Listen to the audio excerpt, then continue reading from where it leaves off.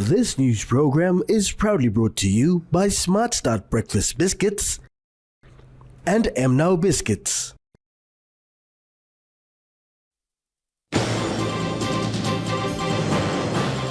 Prime Minister Marama returns from historic visit to Australia.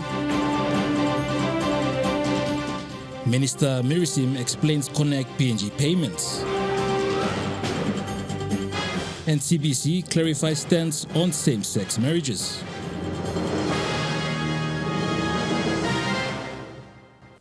A very good evening. This is National Emtv News. I'm Malcolm Waira. Thank you for joining us. Prime Minister James Marama has returned to Port Moresby this afternoon after a successful visit to Australia, addressing its parliament yesterday. When returning today at the Jackson's International Terminal, Prime Minister said the historic address was all about thanking Australia. Not every time you go and you put stress factor in that relationship, sometimes good words like thank you must come from our mouth too. It's the first time when Papua New Guinea Prime Minister was given an honor to address the Australian Parliament. It was out of the Australian Parliament that the necessary steps to bond our country took place. I thought Prime Minister Albanese was very gracious with his words. I also thought the opposition leader was very generous with his words. Both sides of the House came in a bipartisan manner, appreciated our presence. He stated that Australia and PNG has a strong bond since 1906, and Australia is willing to continue partnership with PNG into the future. He said they also had a bilateral meeting after addressing the parliament. The assurance that the more Papua New Guineans finding work down there on short-term visas, work visas, as well as long-term work visas will be expanded, not just seasonal fruit picking, but as we go down there and step into Australia, our workers will be trained to go into the technical vocational skill areas, the plumbers, the mechanics, the welders, the nurse, the caregivers, as well as other essential skills. Something interesting that popped up was the conversation on possibly the Papua New Guinean soldiers or Papua New Guinean young people being enlisted into the Australian Defence Force. The two senior men who accompanied him to Australia also shared their experience. Namkamara from Western Highlands Province said this was his second visit to Australia Parliament, but much attention was given to them compared to his first visit. Time Prime Minister talk. Plan di mana all open mai. All kistim good talk. Na time all kistim good talk go top liglig all paite man. Na mi lugim tambal all strong pala man all pala man all it anap all cry lo yumi. Estagane, National Emtv News. Meanwhile, Prime Minister James Marama said that it is absolutely within their rights for members of parliament to resign from the government. This was said following the resignation of a total of 12 members of parliament from the government side.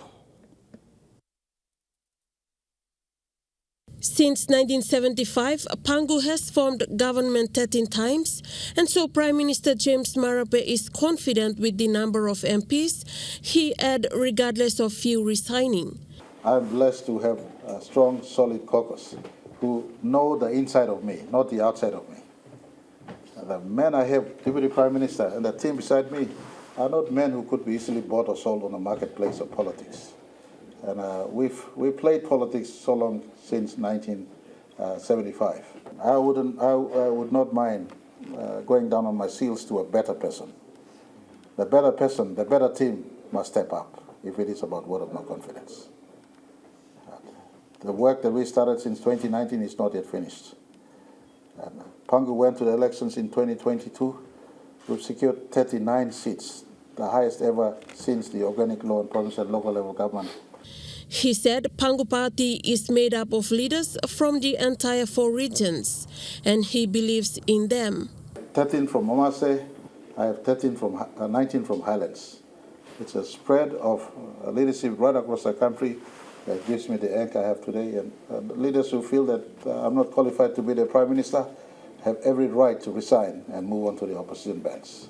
We have called our convention to be staged on Sunday, and we all party executives nationwide, 2 from each province coming in, and all members coming in, our party councils coming in. Key discussions will be party that goes beyond James Marape's time, party that must be living on, our party policy, our party constitution, our party structure. Those will be discussed, and one thing you can take it from me right now through this media is that James Marama will structure this party that outlives me. This party is not James Marama. This party doesn't belong to only one person. This is Papua New Guinea's party. 2 members of parliament resigned from the Marape-Rosso government yesterday while the Prime Minister was away to address the Australian Parliament. This includes member for Bulolo, Sam Basil Jr. and Governor for East Sepik, Alan Baird. Esther Gane, National Emtv News.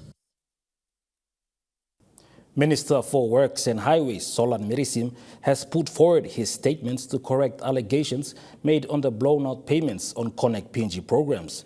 He made his statement today at the Department of Works and Highways headquarters in Port Moresby. A frustrated Minister Mirisim cleared the air on the allegations and proved his facts on the Connect PNG contract values. A 7-page Department of Finance check clearance listing was put forward by Mirisim. Not IFMS list. This is the false list that were fabricated and put out saying that each of the contractor were paid 3.5 billion and 1.7 billion. These are all lies.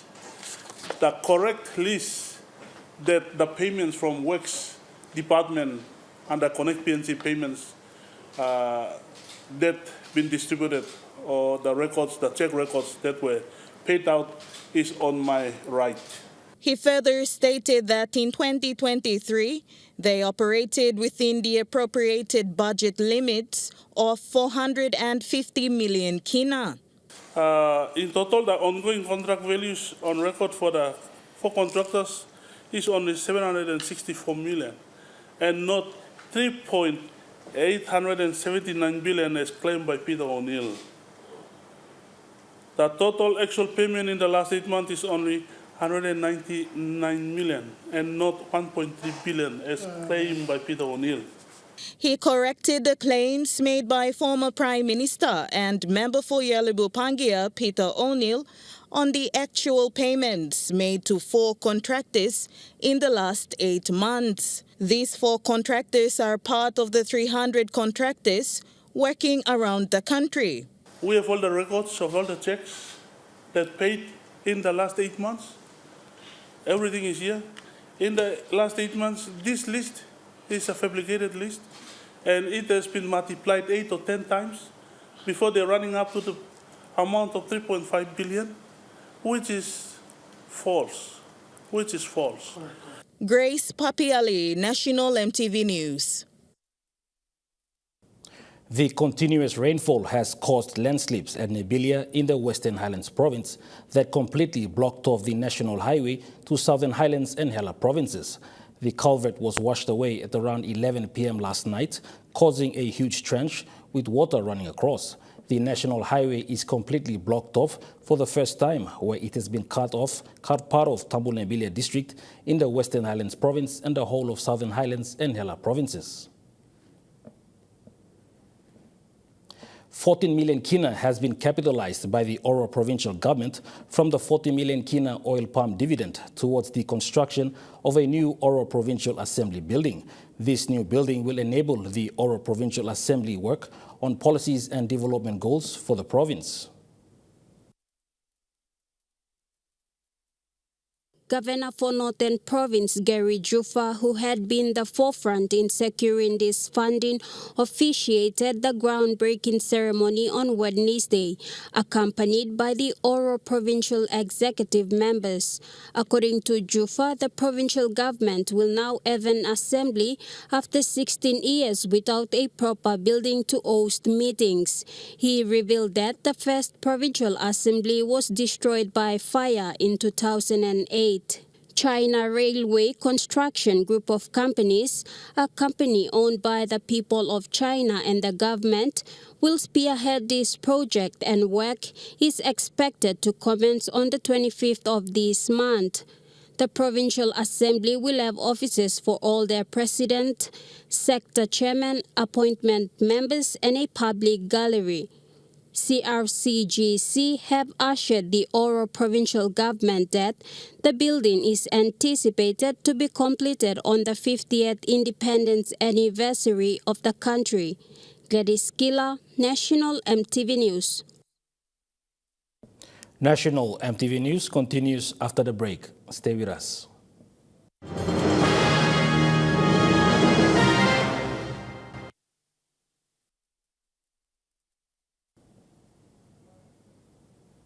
You're watching National Emtv News. Reverend Bishop Rolanda Santos of Alotau Sidaya Diocese made clarifications on pastoral blessings on same-sex marriages yesterday in Port Moresby. The Reverend Bishop alluded that the declaration by the Dicastery for the Doctrine of Faith, of which the Pope was a signatory to bestow pastoral blessings to same-sex marriages, is to show Christ's compassion and love to sinners. He said this does not change church doctrines on marriages. As the Holy Father is saying, we can grant blessings on people who are in this kind of situation, same-sex couples, those in irregular situations. That means suppose you are divorced or separated from your real wife and now you're living together with somebody else. Yes, we can give blessings to them, but it doesn't mean that the blessing is not an endorsement. It is not saying that this relationship is something that is according to the plan of God, according to the teachings of the church. It is not changing any of the doctrines of the church on marriage. Homosexuality is still a sin. Same-sex unions is a no-no. We only recognize one kind of marriage, that is between a man and a woman. So the document does not change any of those things.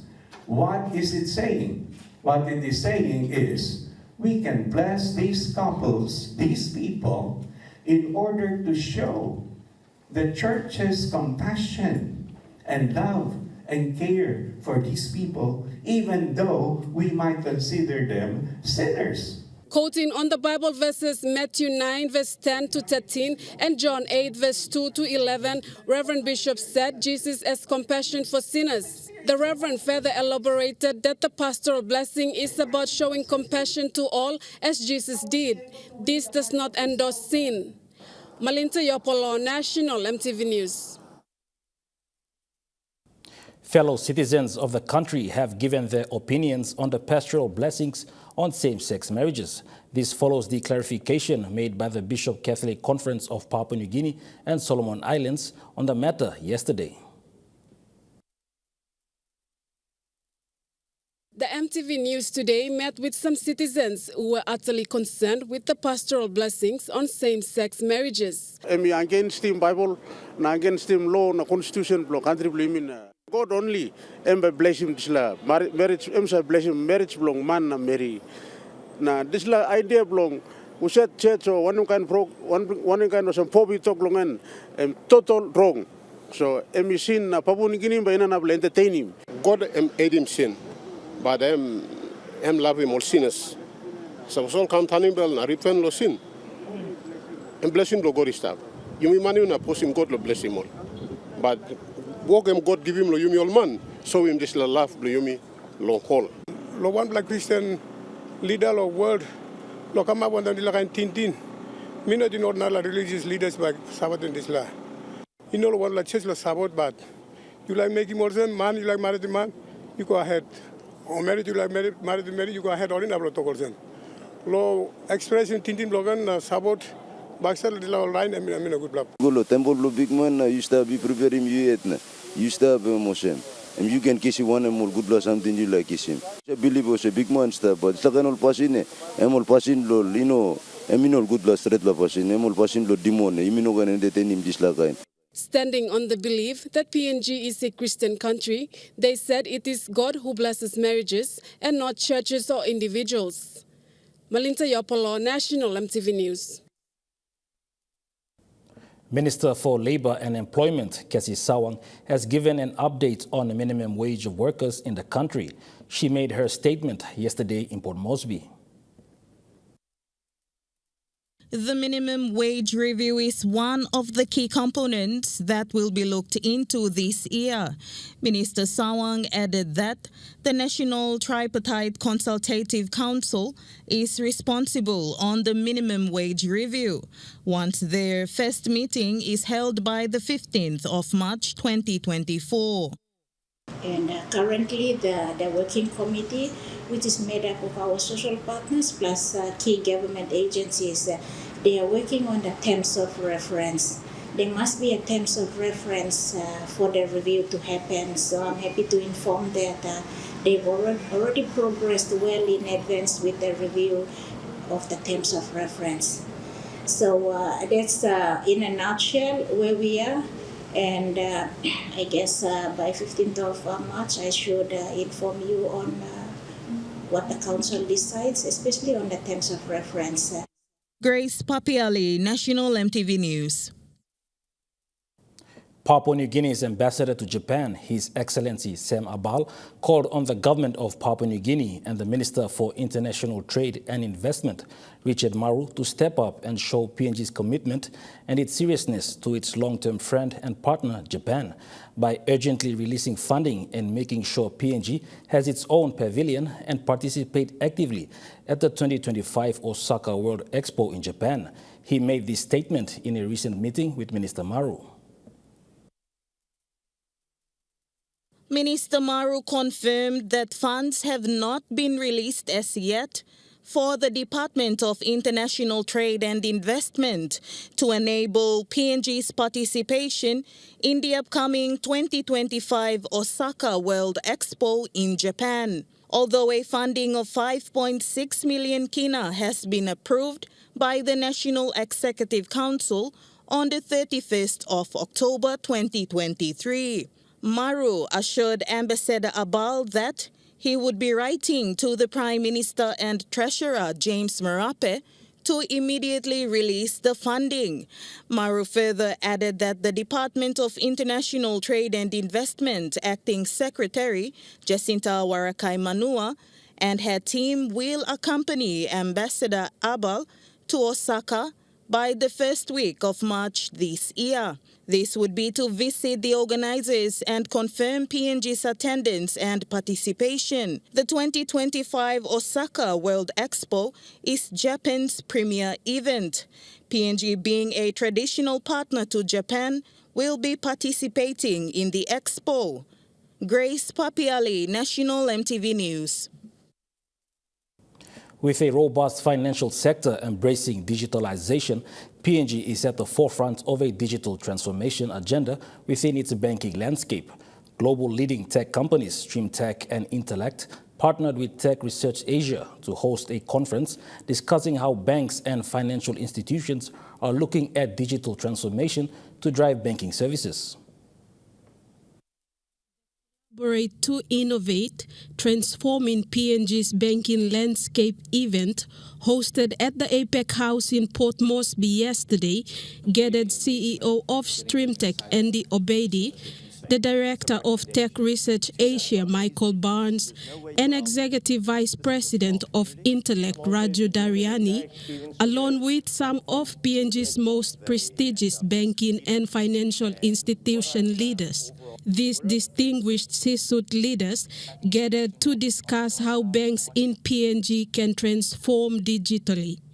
Intellect Executive VP Raju Daryani explains Intellect's role in providing these technical banking systems. We've recently acquired 3 new customers in the banking arena in PNG, and today is our launch of the fact that our commitment to PNG and we would like to also showcase our partnership that we have developed with a local company, and what we are going to do to take the banking forward in terms of PNG, so moving it into a more digital, a more customer-friendly arena. Tech Research Asia advisor Michael Barnes stressed on a main factor when adopting digital banking systems in the country. But the ability to effectively embrace emerging technology and indeed existing technology and approaches to drive business value is really the key. The NCSL CEO Franz Kut highlights NCSL's partnership with Intellect and looks forward to engaging more digital systems for the society and customers. We recently also decided to acquire the system from Intellect because we really believe in that. We currently have a very good vendor, but yeah, we are growing in the market and we have done different requirements. Australia Trade and Investment Commission's Senior Trade Commissioner Adrian Weeks states that he is in favor of these developments, while also highlighting the importance of proper awareness to all Papua New Guineans. I think we have to explain to customers, what does digital banking mean, how a simple mobile phone can be used, because moving away from hard currency where you can touch your money as opposed to digital or virtual currency is a big change. Banks across PNG are planning to strategically leverage cutting-edge technologies and embrace innovations to enhance efficiency, customer services, and overall financial inclusivity. Francisca Anania, National Emtv News. Now to the next foreign market report. The kina closed unchanged at $0.2668 in the interbank market.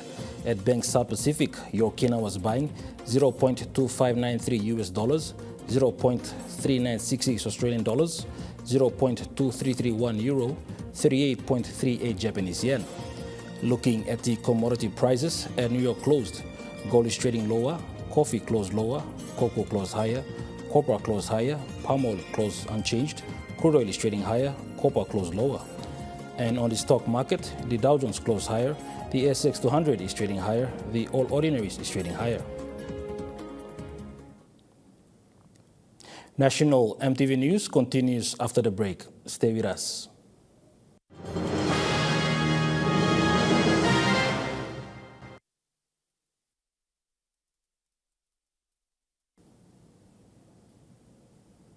You're watching National Emtv News.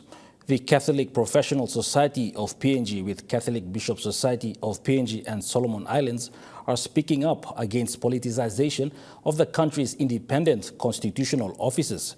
Both societies' stance follows the recent cabinet reshuffle that saw Prime Minister James Marama announce a new Ministry of Constitutional Officers known as the Ministry of Administrative Services.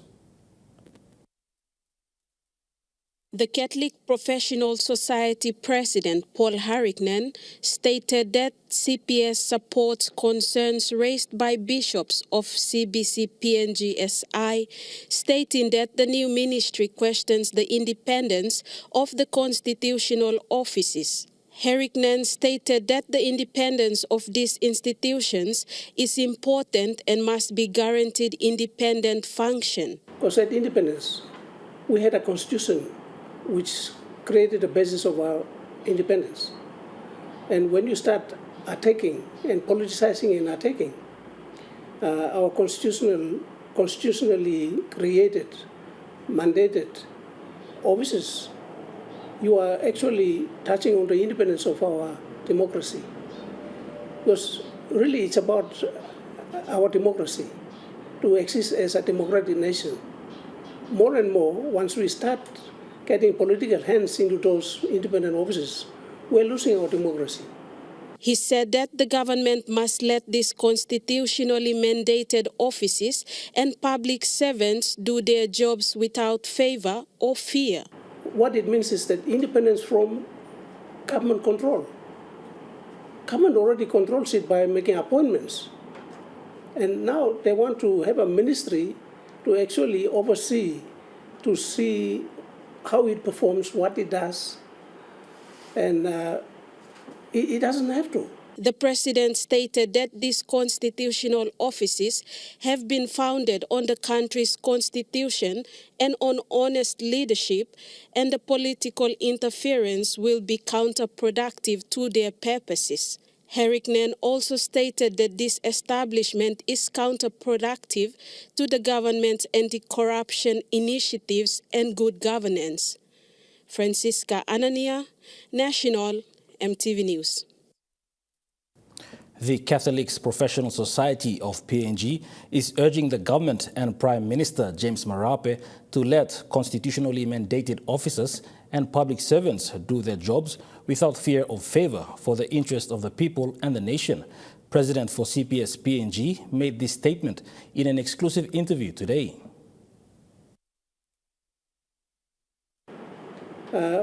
We know that they have tried to change the name from the Ministry of Constitutional Offices to Ministry of Administrative Services, whatever.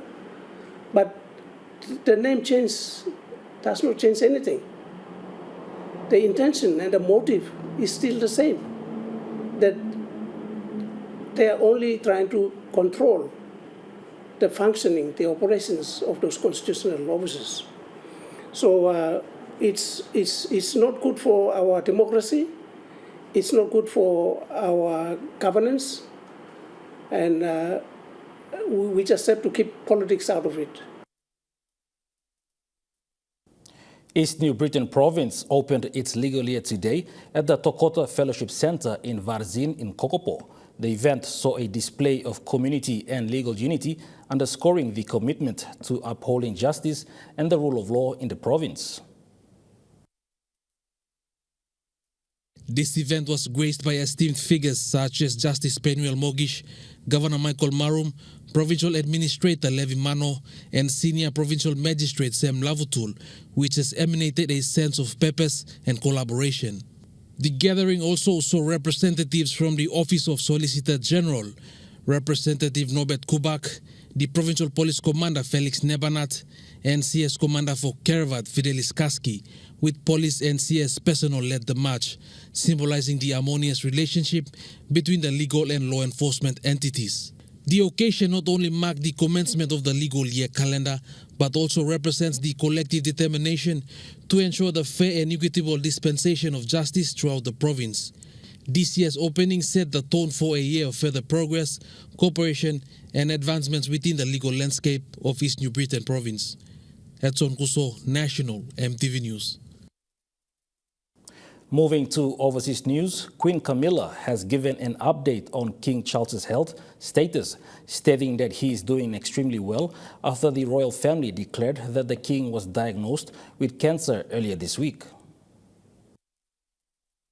This is the first time that a member of the royal family has commented on the King's health since his diagnosis with cancer was revealed earlier this week.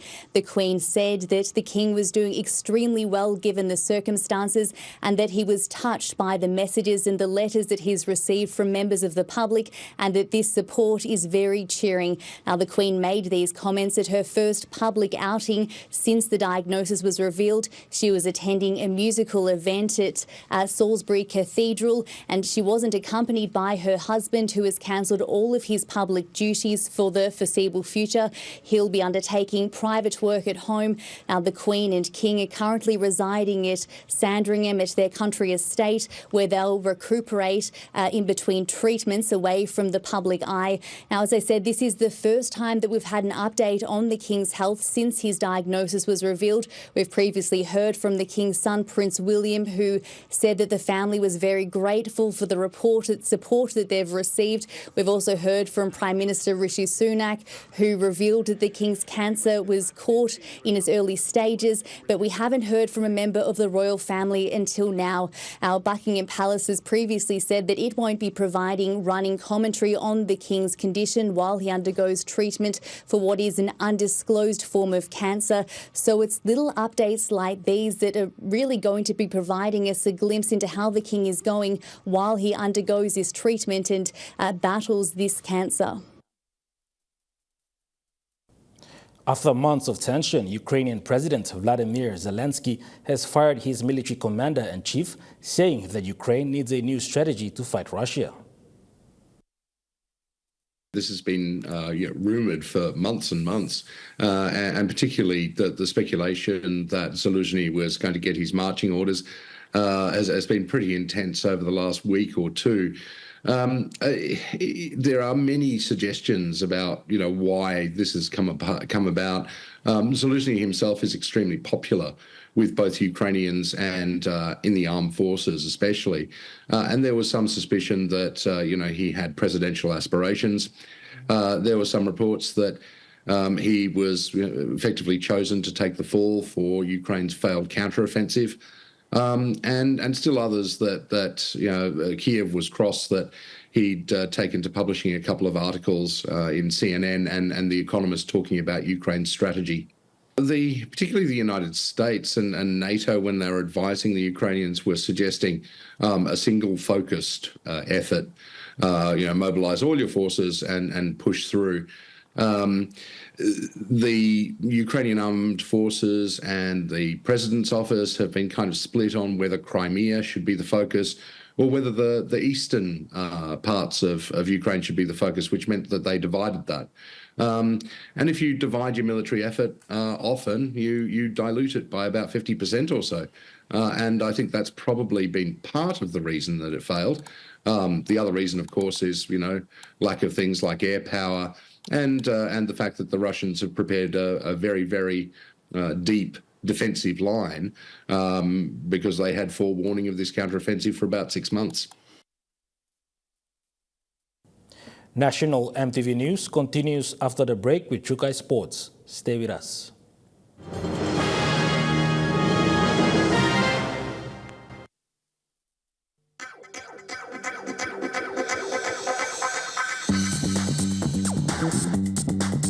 Tai Sports.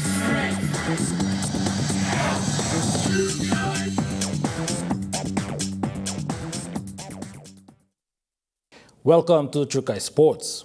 Karanas Mixed Martial Arts Academy has been awarded Taekwondo Certification of Authority at Jungle Gym today. New Island Province Sports Chief Coordinator and Kung Fu instructor Byron Chen says it is a pathway forward for youth development in New Island Province. We are now registered with Stone's Taekwondo, Stone Karanas Taekwondo Academy, and Mixed Martial Arts, because I'm a Kung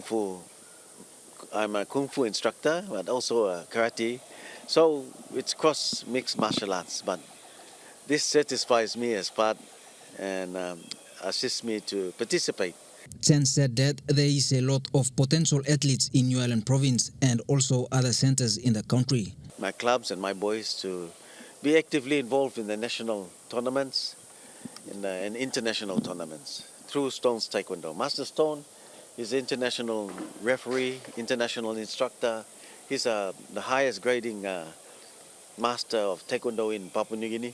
Proud recipient of the certificates today were Chief Coordinator Byron Chen and Representatives Stephen Tommy, Regan Chen and Lincoln Chen. James Guken, Tai Sports. Karanas Mixed Martial Arts silver and bronze medalist Stephen Tommy shares his experience during the association's recent excursion in Australia last year.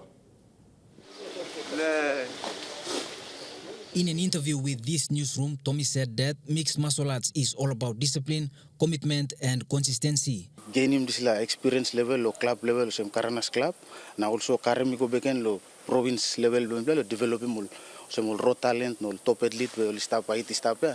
We play in Kisim, e come out lo representing Papua New Guinea, and also province as a whole. He further added that the sport has given him confidence and discipline and would like to encourage upcoming kids to take part in the sport. Now me talk thank you through lo big responsible the Valen Gaman, the last man standing, Honorable Sir Julius Chen, Chief lo sports, Byron Chen, me sponsor me play because we got dream forward lo me upcoming athletes lo carry walk lo go back in lo running all. youth Blomipalo, New Island. Tommy has represented the country in the Pacific Games in 2019, taking out 2 silver medals and also participated in PNG Games. James Guken, Tai Sports. A total of 24 teams have taken part in the Panamex Pacific Limited 50th Anniversary Games, which started on Wednesday in Leh and will end on Sunday. The 5-day tournament saw interest from 7 Masters teams for men, 7 women's team and 10 senior men's team. Match coordinator Alex Toki says the games are anticipated to end on Sunday. The competition is into its 3rd year and the numbers have increased this year, including 2 teams from WOW. Toki says the main focus of the tournament is on health, as emphasized by the sponsor Panamex PNG Limited. He thanked Panamex under-country manager Ronald Ram, who are heavily involved in sports in the country. Panamex Pacific marketing manager Simon Tahani says the main highlight of the tournament is the Masters. They want the Masters to come back to the field and have a taste of the ball once again. As part of the company's 50th anniversary, Panamex is also sponsoring tennis competitions, golf, and also help in community events around the country. James Guken, Tai Sports. Tai Sports continues after the break. Stay with us. Tai Sports. You're watching Tai Sports. Moving to overseas sports, South Sydney Rabbitohs versatile centre Campbell Graham is set to miss at least most of the NRL season this year due to injury. He's been troubled by the injury for months and did play most of the 2023 campaign with the help of painkillers and protective padding. The centre was forced to drop out of the State of Origin camp last year because the injury restricted his ability to train. The 24-year-old has finally taken the plunge to go under the knife, with Souths releasing a statement saying he will be out for up to 6 months but would likely return for the back end of their campaign. Port Adelaide coach Ken Hinkley has called star midfielder Zach Butler's decision to sign a 2-year extension with the club a bonus in his career. The 2-year extension takes Butters to free agency, where he will be able to explore his options, while his similarly gifted teammate and new skipper Connor Rozee signed a mammoth 8-year contract last year. Keeping in mind though, Connor Rozee, he is from South Australia, so he is playing in his home state. Hinkley followed in the footsteps of Essendon's Brad Scott, who backed his midfield star in Darcy Parish's call to wait and see how the season went before he decided not to exercise his free agency rights last year. He elected to stay at the Bombers. In tennis, Christina Buxer defeated Heather Watson in the match at the Tennis Championships in Abu Dhabi. The Pole, who is the defending champion at the ATP 250 event, hit 13 aces, winning 81% of his first serves to reach the quarterfinals after just over an hour on court. Meanwhile, in Abu Dhabi, Christina Buxer defeated Heather Watson 7-6, 7-5, just pipping her to make her first tour-level quarterfinal. She will face Alana Rybakina, who won the only clash between the two of them in straight sets earlier on this year in Adelaide.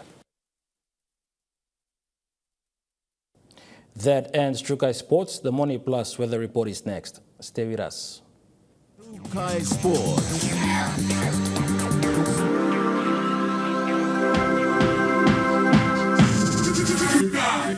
Tai Sports.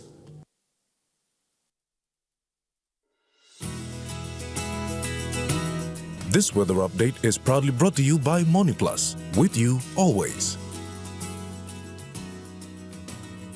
The weather forecast for the next 24 hours. For the southern region, Port Moresby City, rain at times. Daru, some showers and possible thunderstorms. Kerama, cloudy with some showers. Alotau, windy with some overnight showers. Popondetta, some showers with thunderstorms. To the Momasa region, Ley City, few showers. Medang, some showers. Wewak and Vanimo, some showers and thunderstorms. To the New Guinea Islands region, Lorengau, showers and thunderstorms. KV and Kokop and Rabaul, some showers and thunderstorms. Kimbe, showers and thunderstorms. Buka, some showers and thunderstorms. To the Highlands region, Mount Hagen City, rain at times, then morning fog. Goroka, Barnes and Kundiawa, some showers and possible thunderstorms, then morning fog. Mendi, Tari and Wabeg, rain at times, then morning fog.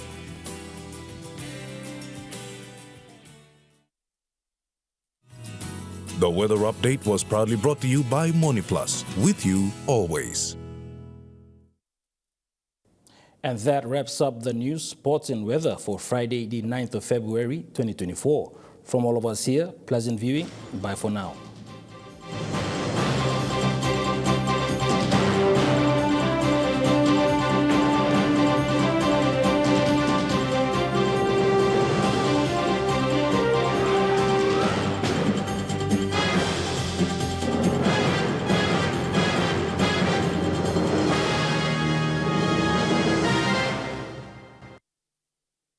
This news program was proudly brought to you by Smart Start Breakfast Biscuits and Gold Nuggets.